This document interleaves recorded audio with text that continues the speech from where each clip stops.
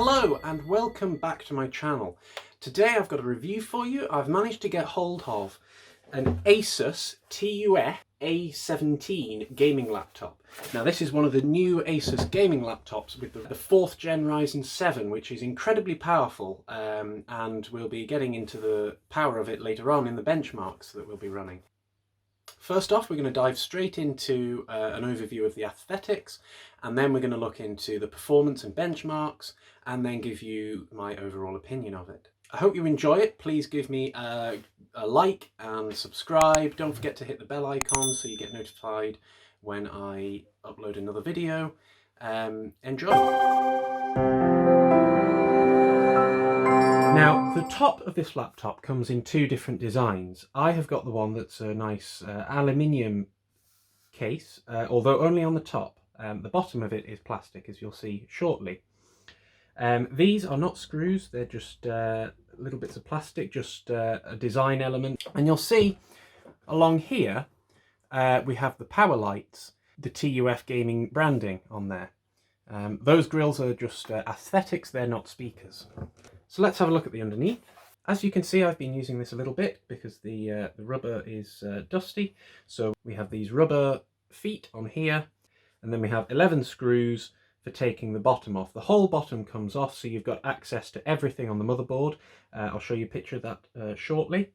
As you can see, it obviously comes with Windows 10, and the full model number is FA706UI-H7015T. Now, as you can see from the picture of the inside, it comes with space for an extra M.2 SSD, and that is in addition to the 1TB one which comes with it. You have access to the Wi-Fi card, RAM slots, and some versions come with a 90 watt-hour battery. This is a 48-hour watt battery. The 48-hour watt batteries also include a space for a standard SATA hard drive. As you can see, there are lots of grills on the bottom of this laptop, which is where air can come through for cooling. We also have two small speaker grills here. On the back you can see some more cooling vents on here, speaker grill, another cooling vent, and USB 2. Nothing on the front, just a lift to lift it up. And then on here we have the power, Ethernet, HDMI, USB 3.2, 10 gigabit USB 3C, and a headset port. Let's open up and have a deeper look. Now this may look like aluminium, but it is just plastic. However, it's quite a nice look. It's almost like a sort of brushed steel but plastic sort of look. And I like how it blends into the keyboard, and you don't have a big cutout in the case for the keyboard here. It's all just embedded and the keys would come up from below. The mouse is probably one of the best Windows mice I've ever used. It comes very close, if not as good as, mice on a MacBook. I like how they've kept the buttons. They have quite a nice aesthetic touch to them. So this laptop has got a honeycomb design. I'm not really sure how that's a feature. It's basically just on the bottom for the air vents and for the aesthetics of it. It's got a space for two M.2 SSDs. If you've got the 48 watt-hour battery version like I do, you can also fit 2.5-inch hard drive or SSD in there as well. It passes military-grade MIL-STD testing. This is a US military document which is hundreds of pages long, so they've got lots of testing in there to ensure that it's a good, robust laptop. It's also got self-cleaning fans. Every time I turn it on, it goes really, really, really high before going back down to the bottom. A lot of laptops do that. It goes the other way to try and blow some dust out first, which is useful for those doing a lot of gaming because you don't want to get dust getting in your laptop and slowing things down. It's got Aurora RGB lighting, so the laptop keyboard lights up in all sorts of cool colours, which can be set in the ASUS settings apps, which you can install on Windows. It's also got Dolby DTS-X sound, so it's got pretty good sound. A lot of laptops come with all sorts of things like Bang & Olufsen and things like that, and it doesn't do them justice.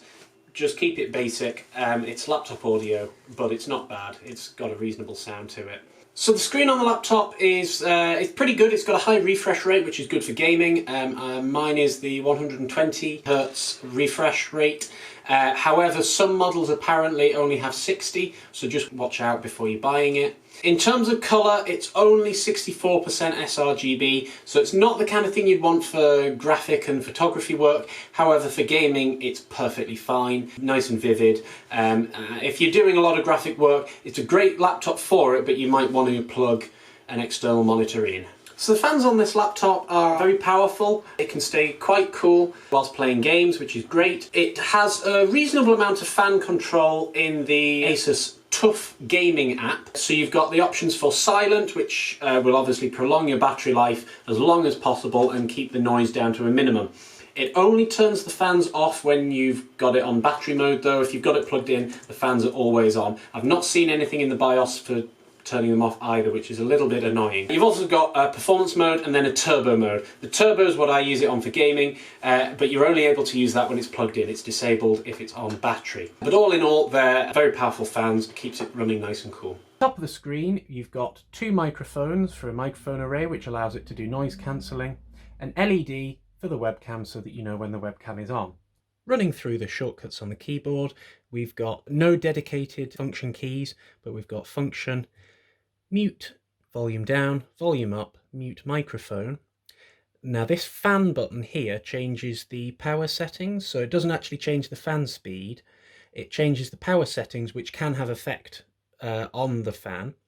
So you have silent, performance and turbo. Turbo is only available when it's plugged in, and it just changes how much the computer is allowed to use the processor and GPU and things like that to adjust how long the battery will last and to a point how much noise it's making. You can turn the screen off, you can lower the brightness, raise the brightness, that changes the output to external monitor, and you can disable the mouse, send it to sleep or enable aeroplane mode. You can also change the aura settings, which is just whether it blinks, strobes, breathes, or however the lighting you want to use, and you can change the keyboard brightness here. So this laptop has got the latest AMD Ryzen 7 4800H, so it's the 4th generation of the Ryzen series. Some versions of the laptop come with the Ryzen 5 4600H. They are really good processors. They are out-competing Intel at the moment. It's insane how well AMD are doing, and it really does show on this laptop. This laptop is running, it's a laptop processor, so bear in mind it's underclocked compared to a desktop one for thermals and noise and things like that. It is nearly twice as fast as my i7 desktop from 3 years ago. It really is insane, really powerful. It comes with Windows 10 Home Edition. The memory you can get in either 8, 16 or 32 gig. Comes with DDR4 3200 MHz SD RAM.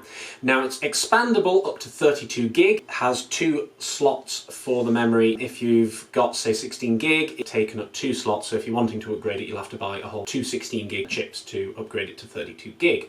It's a 17.3 inch display. There is a version of the laptop that is 15 inch, but I wanted the big display, so I've got a better keyboard and stuff. I find it a lot easier to work on a bigger screen, and I thought if I'm going to be taking this to uni to do some lectures and stuff, I wanted a nice big screen. So it's a full HD 1920 by 1080 screen, and it's an anti-glare panel, so it's not too bad. You wouldn't want it on a really sunny day outside, but it's perfectly fine if you've just got a bit of glare from the window. It's only 45% NTSC colour. It has AMD Adaptive Sync. As I've said earlier, there is a 60Hz version or a 120Hz version. Mine's a 120Hz version, but you do need a program installed to be able to use that. It has the Nvidia GeForce GTX 1660 Ti, so that's a 6 gig GDDR6 VRAM, and some models come with other less good graphics cards. It's really powerful. I've been able to play Overwatch in 4K ultra settings. Really quite impressed with that. If you play it on HD, you can get epic with easily 120 frames per second, which is great. The battery is, in some versions, a 90 watt hour lithium polymer battery. Some versions, like mine, are the 48 watt hour battery. The 48 watt hour battery comes with a spare slot for a 2.5 inch hard drive or SSD, because the battery battery's not as big. I contacted ASUS and they said the 90 watt hour battery and the 48 watt hour battery both have the same model number for the laptop and everything, so you'll have to make sure with the shop that you're buying it from as to which battery size it has. I was actually missold mine because they got it wrong in their listing. They'd said it was 90 watt hour. So they offered me a refund. I'd rather just keep it because I'd already got set up with it and I was very pleased with the rest of it. So just be careful if you're buying it and you're wanting the bigger battery that you're sure which one it is, because it doesn't clearly say anywhere on the box. It's 2.6 kilograms. For a gaming laptop, that's not too bad. It's something you can quite easily carry around with you in a rucksack. It's obviously nothing like an Ultrabook. My previous laptop, I think, was about 800 grams or something. So it is quite a size up, but I'm getting a lot more power, much bigger screen. Overall, I'm happy to carry the extra weight. It's got one combo audio jack, so that's where you've got the headphone and the microphone built into one. You can get splitters for that if you've got a headset that's got two separate ports. It's got two Type A USB 3.2 Gen 1 ports, and strangely, on the right hand side, you've got one Type A USB 2.0 port. I really don't know why people are still using USB 2.0 in these days. USB 3 is so cheap now, I really don't get it. Then it's got a port for your power, of course, and it's got one Type C USB 3.2 Gen 2 port. Charges your phone really fast, really pleased with that port. The USB Type C port also has DisplayPort 1.4 functionality, so you can use that for an external monitor. It's got one RJ45 LAN port, which is great, especially for gaming, because a lot of laptops aren't putting these in now to make them just that little bit thinner. I'd rather have the port. You get much better connection to the internet for your gaming. It's also got a HDMI port, which supports HDMI 2.0B. Now let's compare some FPS. Here we're playing Overwatch just on the training ground. On the left you have the desktop, and on the right you have the laptop. As you can see, so far the laptop has a much higher frame rate. Both are set to exactly the same graphics settings on Full HD in Ultra. As you can see, the laptop can handle the shooting a lot better than the desktop can. And the Death Blossom definitely has a much higher FPS on the laptop than the desktop.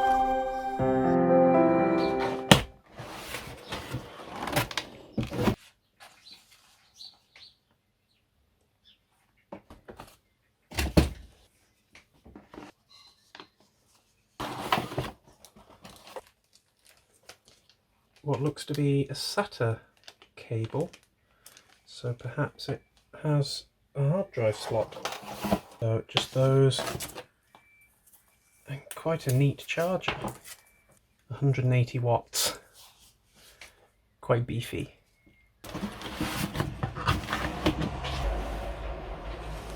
Oh wow, that is massive.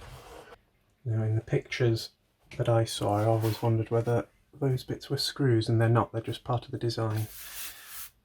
That's aluminium, and those coolers look great. It almost looks like it's an optical illusion that is raised, but it's not. It's quite insane. And they're clear, they're not white, they're clear.